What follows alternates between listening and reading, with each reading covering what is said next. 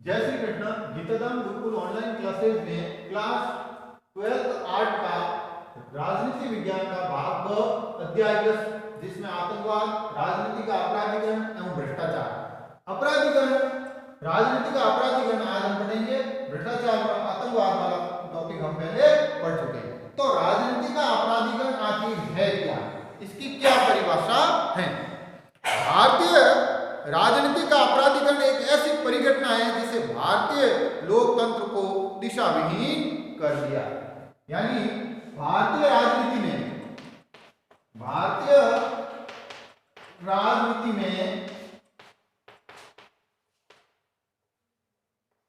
अपराधीकरण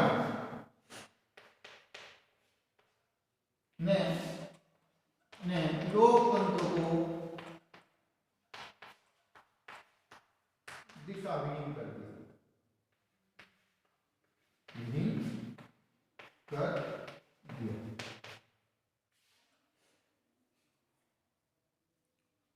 यानी पहले जब हमारा 50 का दशक, 60 का दशक, 70 के दशक में हमारे देश में राजनीति मूल्यों के आधार पर, आदर्श के आधार पर, नैतिकता के आधार पर की जाती थी। धीरे धीरे इसमें है जो अपराधियों का समावेश हुआ और 90 के दशक के बाद राजनीति में एक ऐसा परिदृश्य देखने को मिला कि सर्वत्र, चारों जगह, हर राजनीतिक दल में, हर चुनाव में है जो अपराधियों का बोलबाला या अपराधीकरण बढ़ता गया। चुनावों में बाहुबल और धनबल के बुरे प्रभाव ने संपूर्ण लोकतांत्रिक व्यवस्था को सख्त विकसित कर दिया। आज चुनावों में क्या है? चुनावों में बाहुबल और धनबल ये सबसे अधिक प्रचलित चीजें हो गई हैं। चुनावों में भ्रष्टाचार को कम करने के लिए चुनाव प्रक्रिया में हालांकि अभूतपूर्व सुधार किए गए हैं। ईवीएम मशीनों का प्रयोग, संवेदनशील बूथों की वीडियोग्राफी, निष्पक्ष चुनाव पर्यवेक्षकों की नियुक्ति, चुनाव आचार संहिता जिसे हम आदर्श आचार संहिता कहते हैं को लागू करना, कुछ सकारात्मक उपाय हुए हैं। लेकिन फिर भी वर्तमान समय में हमारी राजनीतिक व्यवस्थाओं में अपराधीकरण पूर्ण रूप से खत्म नहीं हुआ है, न ही इसका है जो रोक लगी है। आखिर ये अपराधीकरण है क्या? क्या है इसका अर्थ? क्या है अर्थ? क्या है? राजनीति का अपराधीकरण वह प्रवृत्ति है जिसके अंतर्गत आपराधिक पृष्ठभूमि के लोग प्रत्यक्ष या अप्रत्यक्ष रूप से राजनीति प्रक्रिया को प्रभावित करते हैं। यानी आपराधिक प्रवृत्ति के लोग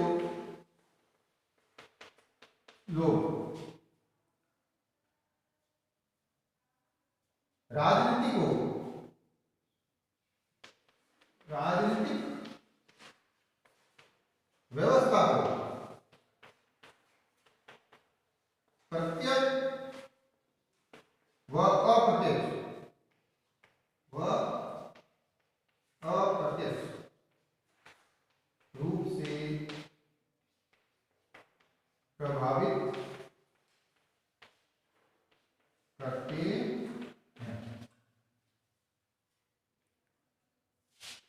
राजनीति में प्रवेश करने, सत्ता को प्राप्त करने, सत्ता में बने रहने के लिए राजनीतिज्ञों द्वारा समय समय पर अपराधियों की मदद लेना राजनीतिक अपराधीकरण कहलाता है। यानी राजनीति में प्रवेश करने, राजनीति में प्रवेश करने, दूसरा है राजनीति में सत्ता को प्राप्त करने,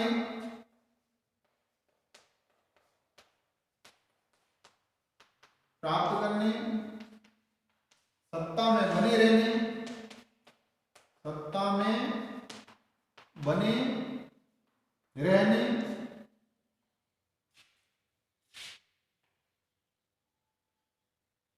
और राजनीतिज्ञों द्वारा समय समय पर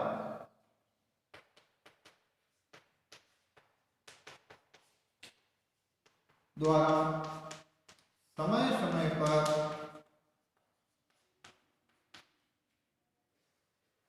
अपराधियों का सहयोग लेना अपराधीकरण कहलाता है। अपराधीकरण कहलाता, राजनीतिक अपराधीकरण कहलाता है। दलीय राजनीति में अपराधीकरण की और अधिक संभावना रहती है, क्योंकि इसमें सत्ता में आने का रास्ता चुनाव के माध्यम से ही खुलता है। जहां दलीय व्यवस्था है वहां पर ये चीज ज्यादा चलती है, क्योंकि राजनीतिक दलों के द्वारा ही सत्ता को प्राप्त किया जाता है चुनावों के माध्यम से। तो चुनावों के माध्यम से ये अपराधी राजनीतिक दलों में प्रवेश करते हैं और फिर हैं जो ये सत्ता तक पहुंच जाते हैं। चुनावी राजनीति के कारण ही अपराधियों और राजनीतिकों में आपस में सांठ-गांठ भी होती है। ये दोनों अपने अपने निहित स्वार्थों से प्रेरित होकर एक दूसरे को लाभ उठाते हैं और अपने मंसूबों को पूरा करते हैं। ऐसे कई जगह पर हुआ है जहां पर राजनीतिक धुरंधरों ने अपराधियों की मदद ली, चाहे वो राजनीतिक दल में लो, चाहे वो चुनाव में उनकी हिस्सेदारी करवा कर लो। तो इस तरह बाद में जब ये चुनाव के माध्यम से जीत कर आते हैं तो इनके निहित स्वार्थ ही पूरे होते हैं सत्ता के माध्यम से। दूसरे हैं जो कल्याणकारी कार्यों में ये हैं जो ध्यान नहीं देते हैं। अब राजनीतिक अपराधीकरण के कारण क्या क्या है?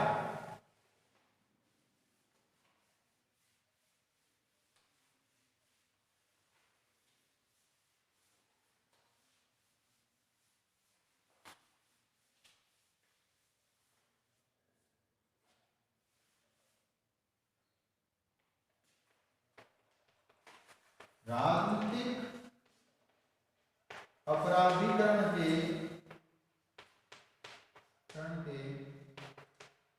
कारण कई कारण हैं जो अलग अलग क्षेत्रों में अलग अलग रूप से प्रभावी होते हैं। कुछ कारण कम प्रभावी होते हैं, कुछ ज्यादा होते हैं, कुछ प्रत्यक्ष होते हैं, कुछ अप्रत्यक्ष होते हैं। तो उनके प्रमुख कारण हैं। जो पहला नैतिक कारण है वो है राष्ट्रीय चरित्र का पतन।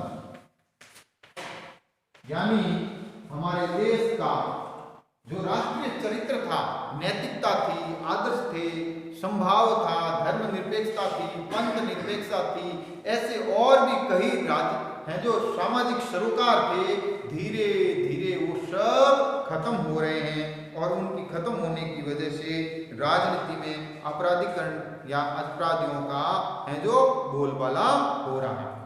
इसी के साथ कुछ ऐसे कारण भी हैं जो देश में उनकी वजह से अपराध, जैसे निर्धनता,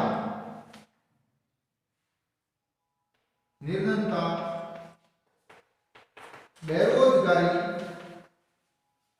अशिक्षा। निर्धनता, बेरोजगारी और अशिक्षा, ऐसे कई कारण हैं। निर्धनता, गरीबी की वजह से लोग अपराध का रास्ता चुनते हैं, धीरे धीरे वो चुनाव के माध्यम से वहां आते हैं। बेरोजगारी, जब लोगों के पास कोई कार्य नहीं होता है तो वो स्थानीय स्तर पर राजनीतिक गतिविधियां शुरू करते हैं। और शिक्षा का अभाव, जिससे हैं जो लोगों को वास्तविक आदर्शों का, राष्ट्रीय चरित्र का, नैतिक मूल्यों का सही रूप से ज्ञान नहीं होता है। फिर तीसरा कारण है राजनेताओं व राजनीतिक दलों द्वारा साधनों की पवित्रता में विश्वास न करना। राजनेताओं और राजनीतिक दलों द्वारा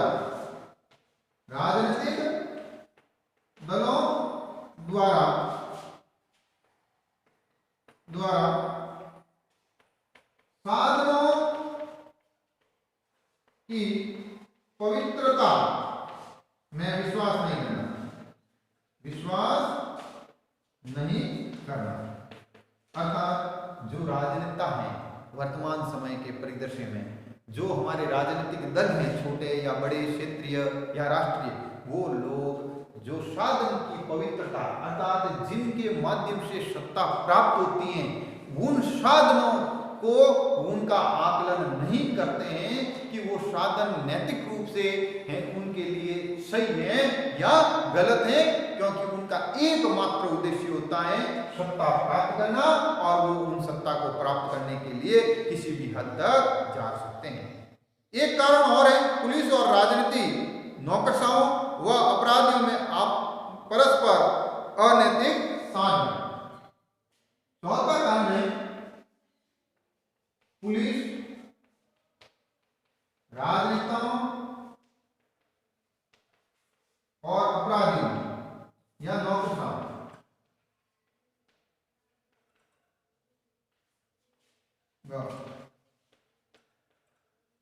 अपराधियों में है जो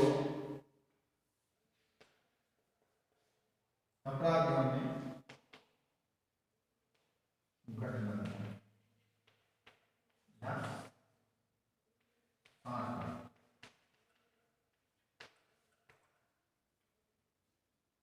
अपराध को रोकने का मुख्य काम पुलिस का होता है।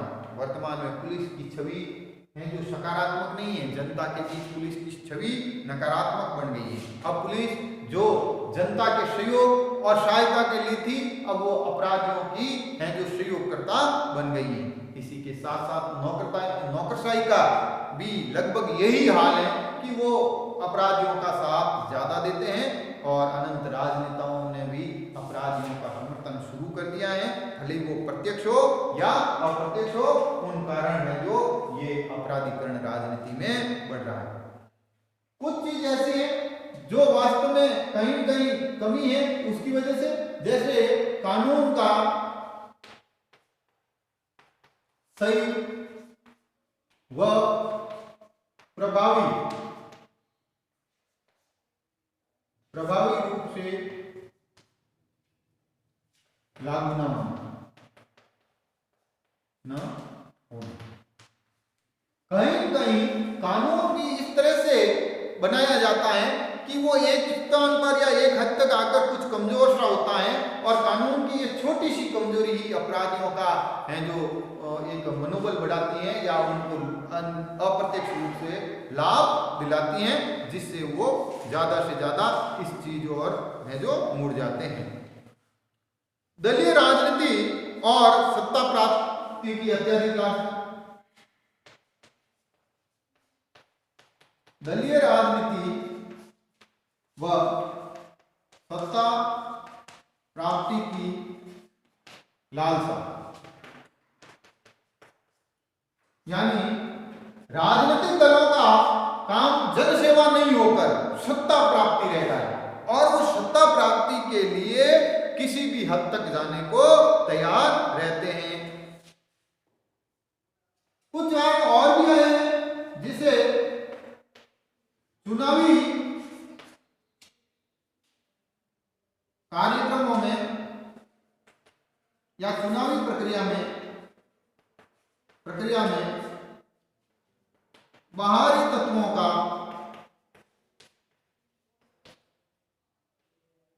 प्रवेश। चुनाव का एक व्यवस्थित सिस्टम होता है, एक प्रक्रिया होती है जिसमें निचले स्तर, छोटे स्तर से लगाकर बड़े स्तर तक उनका एक व्यवस्थित रूप और ढांचा होता है, जिसमें अंतिम रूप से जो सबसे मजबूत और सबसे सक्रिय चीज होती है वो होती है निचले स्तर पर आम जनता और स्थानीय कार्यकर्ता। वहां पर जो चुनावी प्रक्रिया है उस प्रक्रिया को कुछ बाहरी लोग आकर प्रभावित करते हैं, तरह तरह से लोग और प्रलोभन देकर उन प्रक्रिया को प्रभावित करते हैं। उसकी वजह से आम जनता उस चुनावी प्रक्रिया से दूर रहती है और वहां है प्रक्रिया में हिस्सा नहीं लेती है। इस तरह से अपराधियों को एक है जो ज्यादा मजबूत आधार या मंच मिल जाता है कि वो उस जगह से अपने आप को चुनाव के जरिए है जो राजनीतिक दलों और सत्ता में प्रवेश का एक साधन मिल जाता है। अपराधी तत्वों का समाज में प्रभाव। अपराधी तत्वों का समाज में प्रभाव।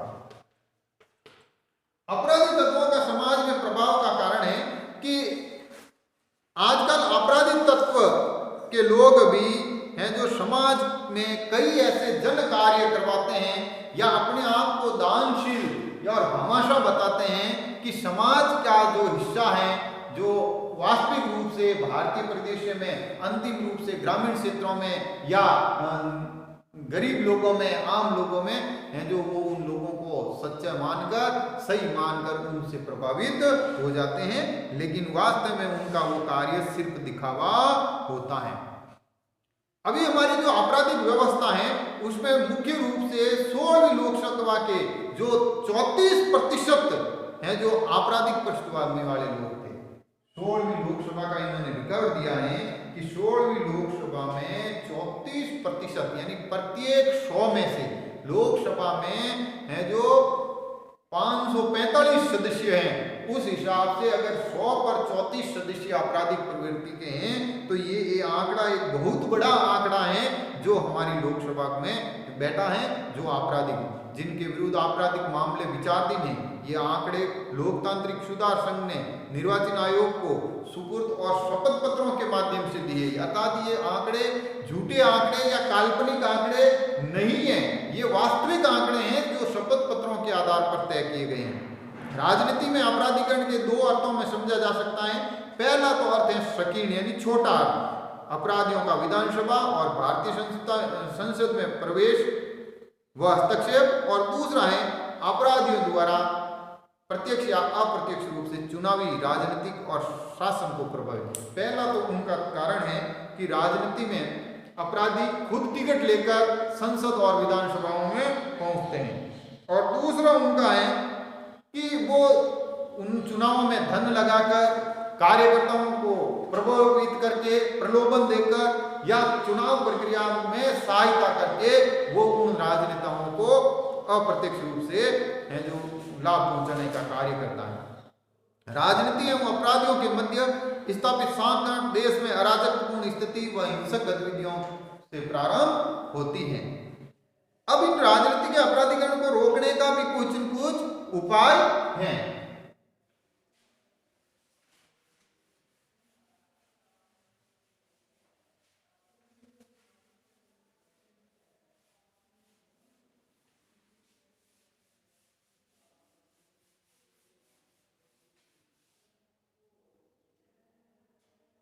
को रोकने के रोकने के उपायों में जो पहला है वो है राजनीतिक दलों के आंतरिक लोकतंत्र व जवाबदेही का विकास करना।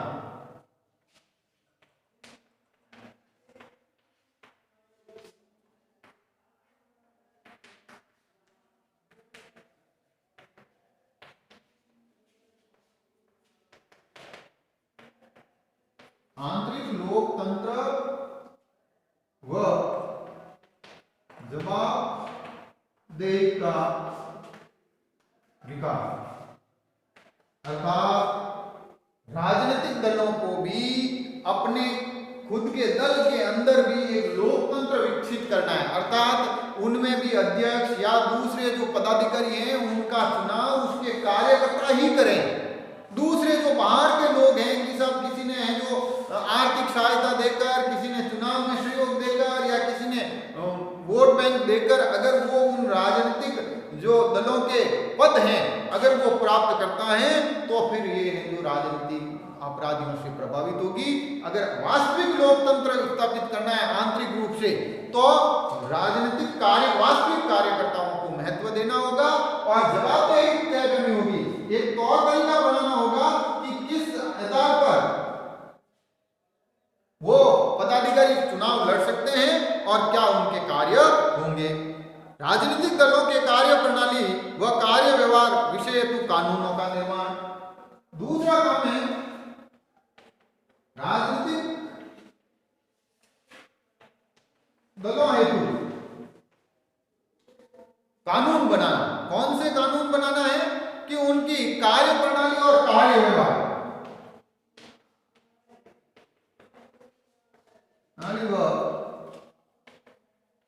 कार्य व्यवहार हेतु कानून निर्माण।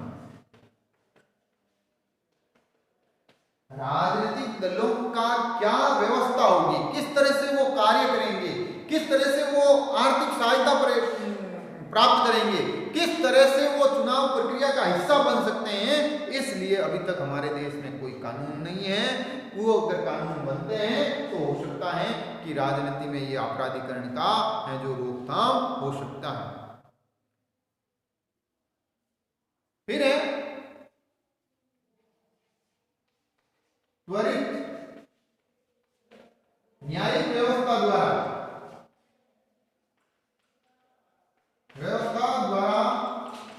अपराधियों को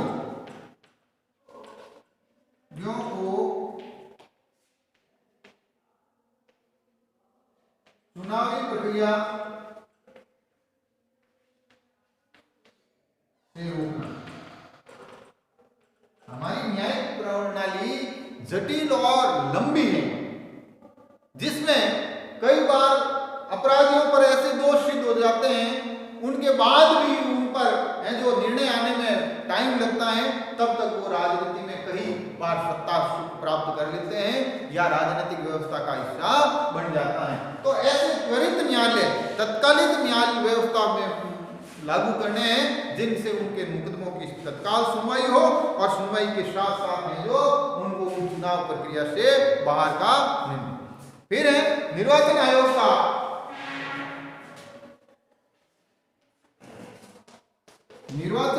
का निष्पक्ष व है जो पारदर्शी होना। निर्वाचन आयोग के लिए इतने मजबूत कानून बने जिससे वो निष्पक्ष और पारदर्शिता के साथ अपना कार्य करें।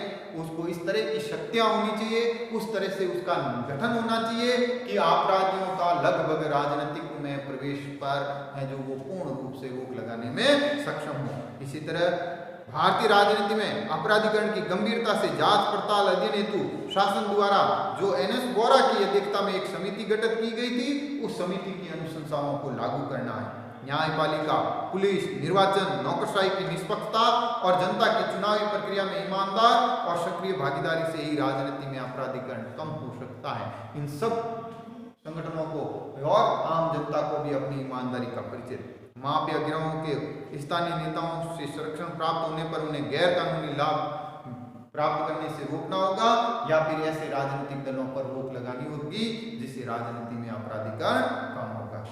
धन्यवाद। कल हम जो राजनीति में या भ्रष्टाचार पर अध्ययन करेंगे। धन्यवाद।